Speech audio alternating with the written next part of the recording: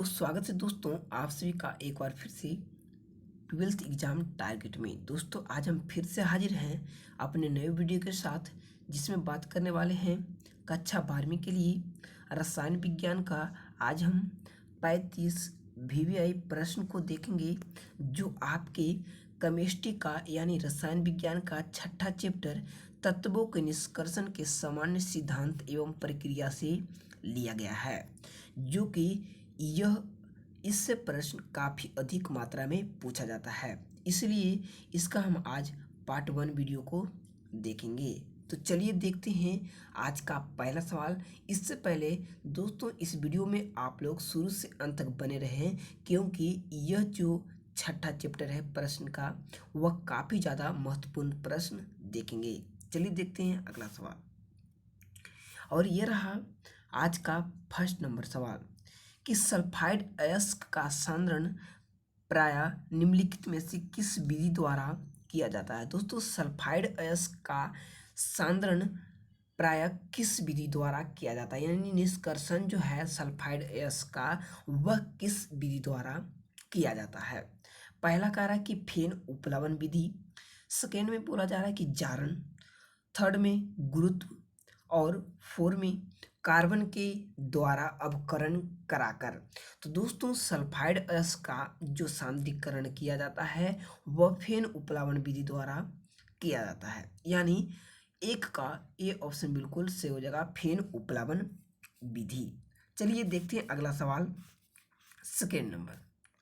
Second number सवाल आपका कह रहा है कि क्षय रोग को ठीक करने के लिए निम्नलिखित में से कौन सा एंटीबायोटिक का प्रयोग करते हैं। दोस्तों क्षय रोग किससे कहते हैं, तो क्षय रोग टीबी को ही क्षय रोग के नाम से जाना जाता है, जिसे ठीक करने के लिए कौन सा एंटीबायोटिक का प्रयोग किया जाता है। तो पहला में कह रहा है कि पेनिसिलिन, सेकेंड में स्ट्रेप्टोमाइसिन, सी में टेट्रामाइसिन और डी में क्लोरोमाइसिन। तो दोस्तों क्षय रोग को ठीक करने के लिए जो एंटीबायोटिक का प्रयोग किया जाता है वह स्ट्रेप्टोमाइसिन का प्रयोग किया जाता है, यानी दो का बी ऑप्शन बिल्कुल करेक्ट हो जाएगा। चलिए देखते हैं अगला सवाल। 3 में आप सभी का सबसे अधिक विद्युत धनात्मक धातुओं को उसके अयस्कों से निष्कर्षण होता है। दोस्तों सबसे अधिक विद्युत धनात्मक धातुओं को उसको अयस्क से निष्कर्षण किस में होता है, तो वह विलगित जो आयनिक लवण होते हैं उनके विद्युत विच्छेदन के द्वारा, यानी सबसे अधिक विद्युत विच्छेदन के द्वारा ही अयस्कों का निष्कर्षण किया जाता है, यानी अयस्कों का निष्कर्षण करके निर्माण किया जाता है। चलिए देखते हैं अगला सवाल 4 नंबर। और 4 नंबर बढ़ने से पहले दोस्तों आप लोग से एक रिक्वेस्ट है कि अगर आप ट्वेल्थ एग्जाम टारगेट में पहली बार आए हैं तो इस चैनल को सब्सक्राइब कर दें और बेल आइकन को भी प्रेस कर दें, और इसी वीडियो को पाने के लिए हमेशा बने रहें कि निम्नलिखित में से कौन सी धातु उसके अयस्क की अभिक्रिया सोडियम साइनाइड के तनु विलयन को कराकर किया जाता है। दोस्तों निम्नलिखित में से कौन सी ऐसी धातु है जो उसके अयस्क की अभिक्रिया सोडियम साइनाइड बोले तो NaCN, सोडियम साइनाइड के तनु घोल को यानी तनु घोल के विलयन से प्राप्त किया जाता है। तो ए में कॉपर, बी में जिंक, सी में सिल्वर और डी में प्लेटिनम। तो तनु घोल बनाकर किसको प्राप्त किया जाता है, तो सिल्वर का प्राप्त किया जाता है, यानी Ag को प्राप्त करते हैं। अगला सवाल देखते हैं 5 नंबर। 5 में कहा जाए कि अर्धचालक के रूप में उपयोग किए गए जर्मेनियम का शोधन किस विधि द्वारा किया जाता है। दोस्तों अर्धचालक के रूप में यानी सेमीकंडक्टर के रूप में जो उपयोग किया जाता है जर्मेनियम और सिलिकॉन का, उसके शोधन के लिए कौन सी विधि का उपयोग किया जाता है। दोस्तों जर्मेनियम या सिलिकॉन को किस विधि द्वारा निष्कर्षण किया जाता है, तो प्रेक्ष्य शोधन विधि द्वारा किया जाता है, जो कि आज का काफ़ी महत्वपूर्ण सवाल था। प्रेक्ष्य शोधन विधि द्वारा जर्मेनियम और सिलिकॉन को निष्कासन किया जाता है। आगे देखते हैं अगला सवाल 6 नंबर। कहा जा रहा है कि निम्नलिखित में कौन सल्फाइड अयस्क है? दोस्तों निम्नलिखित में से कौन सल्फाइड अयस्क है? ए में मैलेकाइट, बी में गैलेना, सी में कैलेमाइन और डी में कलाइट। दोस्तों सल्फाइड अयस्क का जो अयस्क है वह कौन होता है? वह गैलेना होता है। क्या? तो गैलेना जो है वह सल्फाइड अयस्क का अयस्क होता है, यानी 6 का बी ऑप्शन बिल्कुल करेक्ट हो जाएगा। आगे देखते हैं अगला सवाल 7 नंबर। डीएनए संरचना में एडेनिन एवं थाइमिन के बीच हाइड्रोजन बंधन की संख्या। दोस्तों डीएनए में एडेनिन और थाइमिन के बीच में जो हाइड्रोजन बंधन पाए जाते हैं उसकी संख्या कितनी होती है? काफ़ी महत्वपूर्ण सवाल है ये, और ये सवाल आपके आने वाले 12th बोर्ड एग्जाम 2022 के लिए काफ़ी ज़्यादा महत्वपूर्ण होगा। तो आप लोग इस प्रश्न को देखिएगा कि डीएनए संरचना में जो एडेनिन और जो थाइमिन में हाइड्रोजन बंधन की संख्या होती है वह 2 होती है। कितना? तो हाइड्रोजन बंधनों की संख्या 2 होता है। चलिए देखते हैं अगला सवाल 8 नंबर। विद्युत स्विचों का निर्माण होता है। दोस्तों विद्युत स्विचों का निर्माण किसके द्वारा होता है? ए में ग्लिप्टल से, बी में बैकेलाइट से, सी में पॉलीएस्टेराइन से और डी में यूरिया फॉर्मल्डिहाइड रेजिन से। विद्युत स्विचों का निर्माण जो किया जाता है वह बैकेलाइट के द्वारा किया जाता है। किनके द्वारा? तो बैकेलाइट जो है वह ऊष्मा का कुचालक होता है, यानी ऊष्मा उसमें प्रवेश नहीं कर पाता है। चलिए देखते हैं अगला सवाल 9 नंबर। 9 में करके कच्चा लोहा यानी पिग आयरन में कौन सा तत्व अधिक मात्रा में अशुद्धि के रूप में उपस्थित रहता है? दोस्तों कच्चा लोहा में कौन सा मात्रा जो है वह अधिक मात्रा में अशुद्धि के रूप में उपस्थित रहता है? ए में फास्फोरस, बी में मैग्नीज, सी में कार्बन और डी में सिलिकॉन। तो दोस्तों कच्चे पदार्थों में सबसे अधिक मात्रा में जो उपस्थित रहता है वह आपका कार्बन मौजूद रहता है, यानी 9 का सी ऑप्शन बिल्कुल सही हो जाएगा, कार्बन मौजूद रहता है। चलिए देखते हैं नेक्स्ट सवाल 10 नंबर। कार्य की स्वतः अपचयन विधि से निम्न में से किस धातु का निष्कर्षण किया जाता है? स्वतः अपचयन विधि से किस धातु का निष्कर्षण किया जाता है? तो सबसे पहले तो कॉपर का निष्कर्षण किया जाता है, और किसका? तो पारा का भी निष्कर्षण किया जाता है। यानी पारा और कॉपर को निष्कर्षण किन कौन से विधि द्वारा किया जाता है? तो स्वतः अपचयन विधि द्वारा किया जाता है। चलिए देखते हैं अगला सवाल 11 नंबर। कार्य कि जब AgCl यानी सिल्वर क्लोराइड के साथ पोटेशियम साइनाइड की प्रतिक्रिया कराई जाती है तब कौन सा अवक्षेप का निर्माण होता है? दोस्तों जब सिल्वर क्लोराइड के साथ पोटेशियम साइनाइड की प्रतिक्रिया कराई जाती है यानी अभिक्रिया कराया जाता है तब किसका निर्माण करता है? तो Ag अवक्षेप हो जाता है, बी में एक जटिल आयन का निर्माण होता है, सी में पोटेशियम अवकरण हो जाता है और डी इनमें से कोई नहीं। दोस्तों जब सिल्वर क्लोराइड के साथ पोटेशियम साइनाइड की प्रतिक्रिया कराई जाती है तब एक जटिल आयन का निर्माण होता है। कैसा? तो जब एक जटिल आयन का निर्माण होता है। आगे बढ़ते हैं अगला सवाल 12 नंबर। गुरुत्व पृथक्करण विधि से सांद्रित किया जाता है। दोस्तों गुरुत्व पृथक्करण विधि से किसको सांद्रीकरण किया जाता है? तो हेमेटाइट, जो कि लोहा का एक अयस्क होता है हेमेटाइट, उसको सांद्रीकरण किया जाता है गुरुत्व पृथक्करण विधि द्वारा, हेमेटाइट को। आगे देखते हैं अगला सवाल 13 नंबर। कह रहा है कि निम्नलिखित में से किस अयस्क का सांद्रण रासायनिक लीचिंग विधि द्वारा किया जाता है? दोस्तों रासायनिक लीचिंग विधि द्वारा किसका निष्कर्षण किया जाता है? तो वह एजेंटाइन को किया जाता है, यानी एजेंटाइन का जो सांद्रीकरण किया जाता है वह लीचिंग विधि द्वारा किया जाता है। आगे देखते हैं अगला सवाल 14 नंबर। कार्य के स्वतः अपचयन विधि में से निम्न में से किस धातु का निष्कर्षण नहीं किया जाता है? दोस्तों स्वतः अपचयन विधि से कौन सी ऐसी धातु है जिसका निर्माण नहीं किया जाता है? तो वह लोहा है, यानी लोहा को स्वतः विधि द्वारा निर्माण नहीं किया जा सकता है, बल्कि इनके जितने भी अयस्क हैं उनको स्वतः अपचयन विधि द्वारा निर्माण किया जा सकता है। ठीक है, चलिए देखते हैं अगला सवाल 15 नंबर।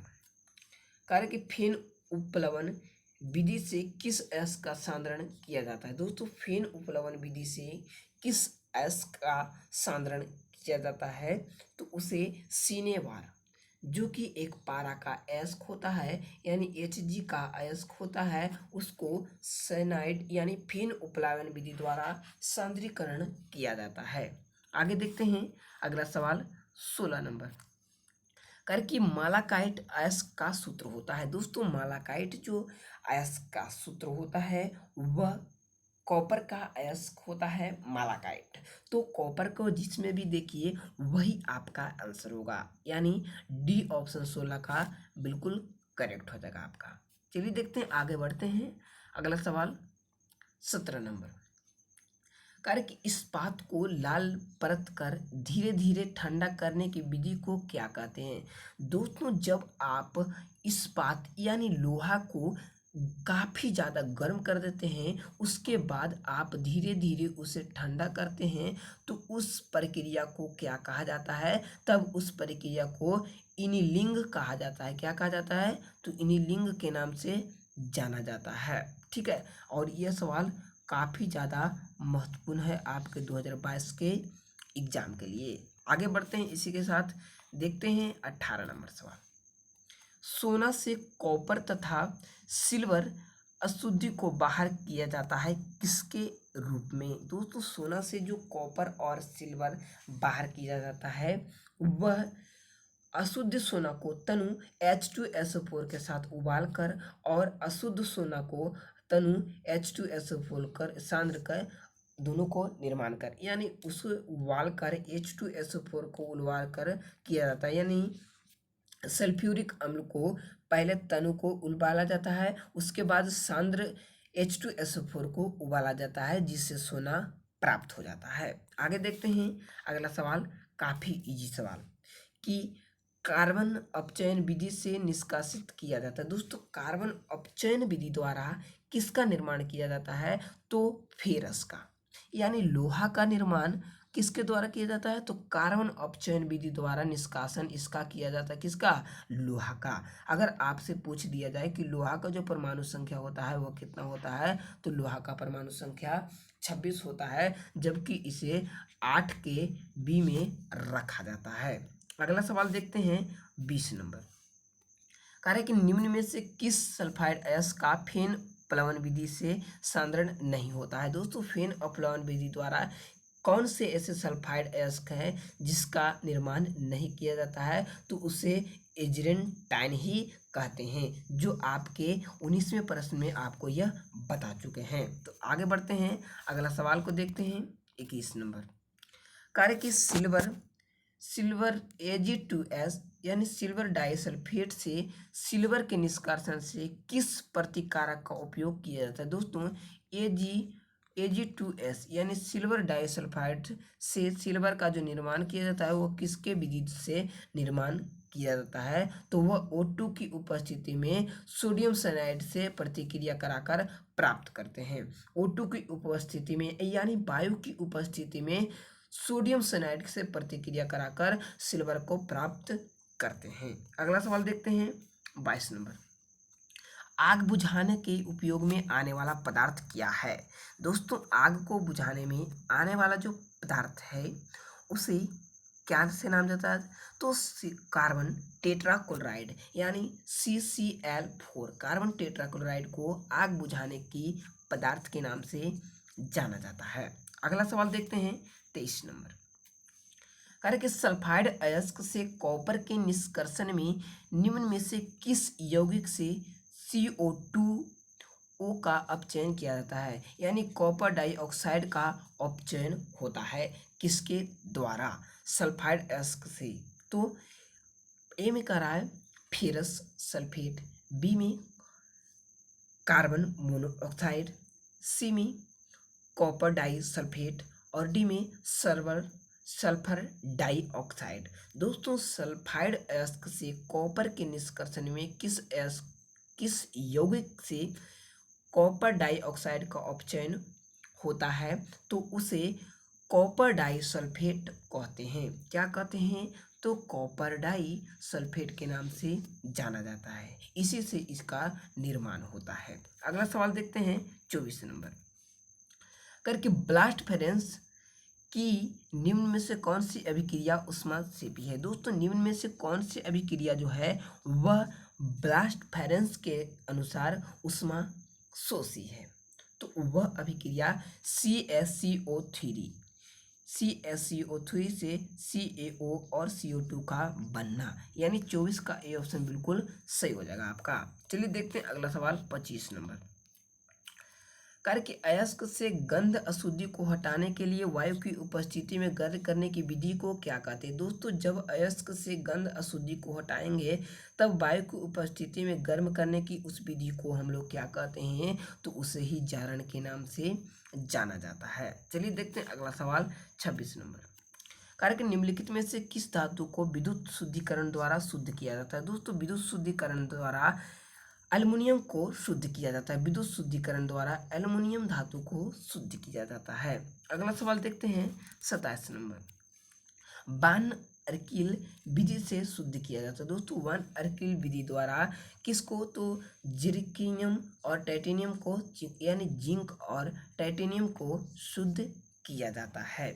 अगला सवाल देखते हैं 28 नंबर किस धातु से द्रवित सोडियम हाइड्रोक्साइड का विद्युत विच्छेदन का सोडियम प्राप्त होता है। दोस्तों विद्युत विच्छेदन का सोडियम किस हाइड्रोक्साइड से प्राप्त होता है, तो उसे कास्टर विधि द्वारा प्राप्त करते हैं। किस विधि द्वारा, तो कास्टर विधि द्वारा प्राप्त करते हैं। अगला सवाल देखते हैं 29 नंबर कार्य कि जिंक से विद्युत शुद्धिकरण में किसका प्रयोग किया जाता है। दोस्तों जब जिंक से विद्युत शुद्धिकरण किया जाता है तब उसमें अम्लीय जिंक सल्फेट का उपयोग इलेक्ट्रोलाइट के रूप में किया जाता है। किसके रूप में, तो अम्लीय जिंक सल्फेट का उपयोग इलेक्ट्रोलाइट के रूप में करते हैं। अगला सवाल देखते हैं 30 नंबर फफोलेदार कॉपर है। दोस्तों फफोलेदार कॉपर उसे कहते हैं जिसमें कॉपर की अशुद्धि मात्रा 1% के बराबर होता है, यानी डी ऑप्शन बिल्कुल सही हो जाएगा। जिसमें 1% की अशुद्धि पाई जाती है उसे फफोलेदार कॉपर कहते हैं। अगला सवाल पढ़ते हैं 31 नंबर की ओर किस विधि से अशुद्धि धातु को शुद्ध नहीं किया जाता है। दोस्तों किस विधि से अशुद्ध धातु को शुद्ध नहीं किया जा सकता है, तो उस विधि को क्या कहते हैं, तो उस विधि को अमोगुलेशन कहते हैं, यानी अमोगुलेशन विधि द्वारा किसी भी धातु को शुद्धिकरण नहीं कर सकते हैं।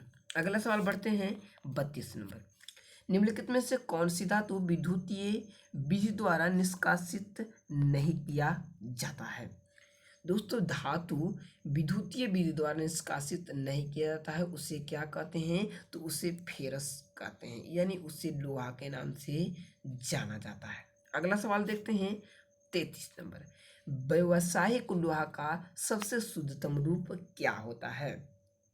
दोस्तों व्यावसायिक यानी बेचने वाले लोहा का जो सबसे शुद्धतम रूप होता है वह पिटवा लोहा होता है, ना कि ढलवा लोहा, ना इस्पात और ना ही कच्चा लोहा। उसे क्या कहते हैं, तो उसे पिटवा लोहा के नाम से जाना जाता है। अगला सवाल बढ़ते हैं 34 नंबर जॉन रिफाइनिंग विधि के द्रवित जोन है। दोस्तों जॉन रिफाइनिंग विधि के जो द्रवित जोन है उसे क्या कहते हैं, धातु की तुलना में अशुद्धि अधिक रहती है उसे ही जॉन रिफाइनिंग विधि जोन द्रवित जोन कहते हैं, यानी 34 का सी ऑप्शन बिल्कुल करेक्ट हो जाएगा आपका। चलिए देखते हैं आज का अंतिम सवाल, और इस सवाल काफी ज्यादा महत्वपूर्ण सवाल है। निम्नलिखित में प्रद्रवण विधि को व्यक्त करता है। दोस्तों कौन सी ऐसी अभिक्रिया है जो प्रद्रवण विधि को व्यक्त करता है, तो आप लोग इसका आंसर कमेंट बॉक्स में बताएं। हम आप लोग को एक क्लू दे देते हैं कि इसे द्रवण विधि द्वारा जब भी किया जाता है तब फेरस को यानी लोहा का प्रयोग ही किया जाता है, यानी इसका आंसर आप लोग को कमेंट बॉक्स में बताना है दोस्तों। तो अगर वीडियो यह अच्छा लगा हो तो वीडियो को लाइक करेगा और अपने दोस्तों के पास शेयर करेगा, क्योंकि हम इसी प्रकार के वीडियो रोज लाते रहते हैं। और विशेष जानकारी के लिए हमारे वेबसाइट पे जाकर देख सकते हैं techkiso.com।